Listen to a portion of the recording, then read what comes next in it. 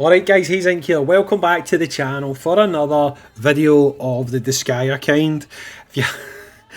Today we're going to be resuming normal programming. Now obviously the last couple of days I've put out some videos in relation to the new updates and stuff like that, which has kind of meant that the month of August was a little bit overshadowed, okay? But we're not actually through the month of August yet, so let's get through August so we can hit September and we can start pulling in the more hype things, okay?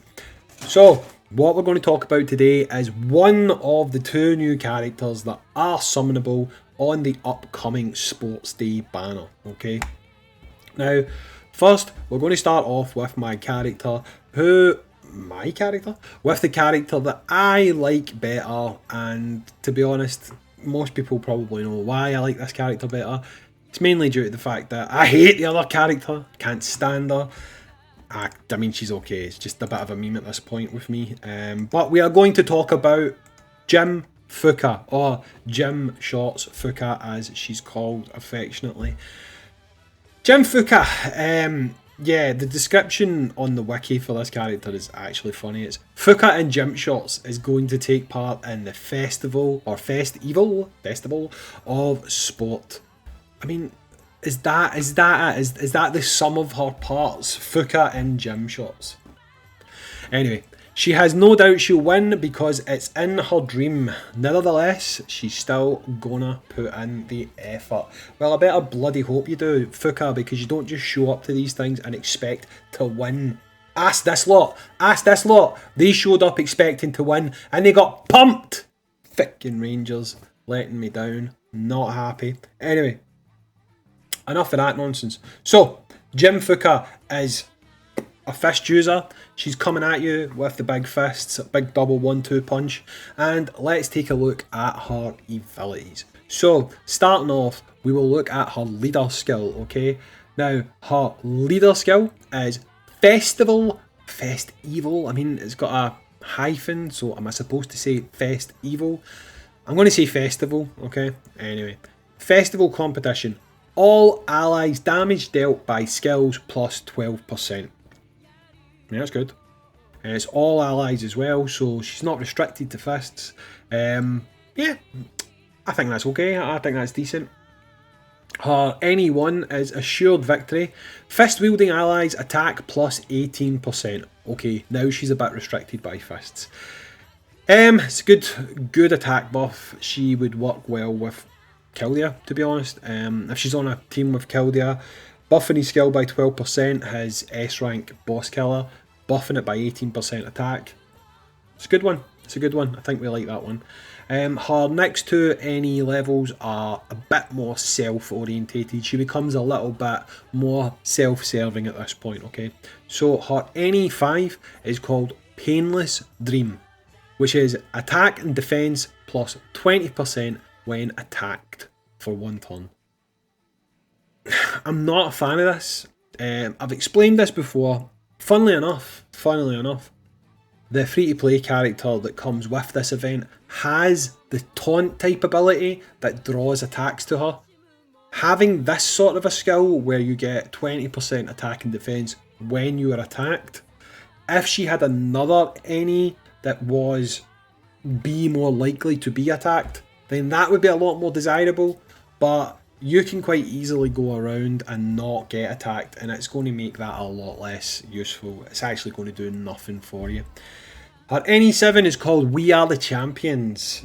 We were last year, let's hope we can be this year, which is single self-targeted damage dealt plus 60%. So she's basically saying when she's doing single target damage, she's going to get buffed by 60%. Now, that can be useful because she does have an S rank skill. Talking of skills, let's go and break them down, why not? So, her first skill is called Glorious Signal, and that is an AoE, and it is defense down as a debuff to the team, or the opposite team, and it also does F rank damage, so it's moderate, it's okay. You can get the SP down on that to as low as 18%, so it's a fairly low cost AoE. Her next one is called Thick Skull Formation, which is a buff to herself, which is attack up to 40%, defense up to 40% through leveling. Starts off at 20, goes up to 40.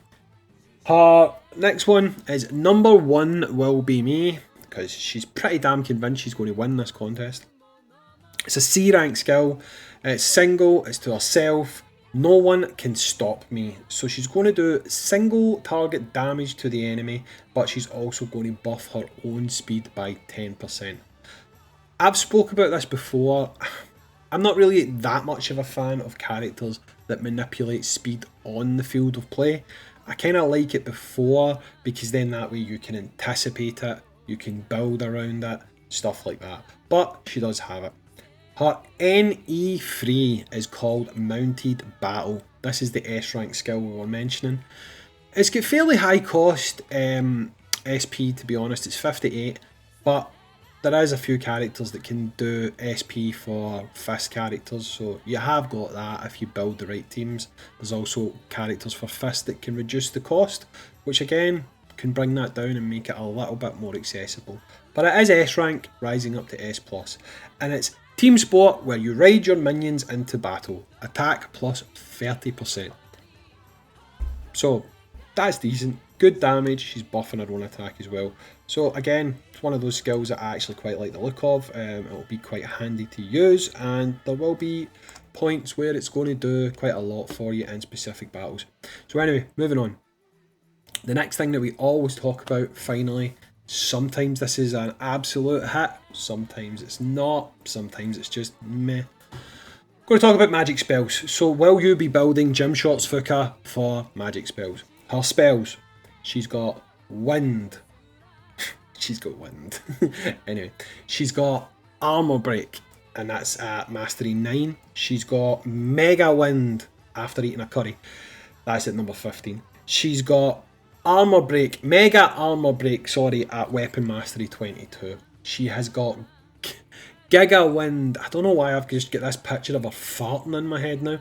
She's got giga wind at weapon mastery 30, and she's also got omega wind at weapon mastery 40. So yeah, I mean, she's definitely looking decent. I should say, I mean, this will come into play in later when it's a bit more relevant, but later down the line you can get something called Disgaearpg training that you can use to power up your skills. It also can be used to reduce the cost of skills and stuff like that. This is all things that we'll talk about at another point when it's more relevant, but a character who you think right now might have slightly higher cost skills, in the future through using things like Disgaearpg training, it can bring the cost of these things down and make them a little bit more user friendly. That's the word I'm going to go with. So yeah, that's Gymshark's Fuka. Obviously, she's coming out in a banner that no one's going to summon on because we have a Sagi coming, and everybody's probably going to now keep their quartz for a Sagi. She is a good unit. She really is. Unfortunately, I feel that she's just going to get lost in the shuffle now because we do have a Sagi coming. But if I'm wrong, comment down below and let me know. Are you going to be summoning for Gymshark's Fuka, or am I absolutely right? You're not summoning on anything until a Sagi drops in the game. Comment down below and let me know. I've been Hayzink. I appreciate you joining me on this video. As always, dudes, I will catch you in the next one. Peace. Goodwill to all men. Bye.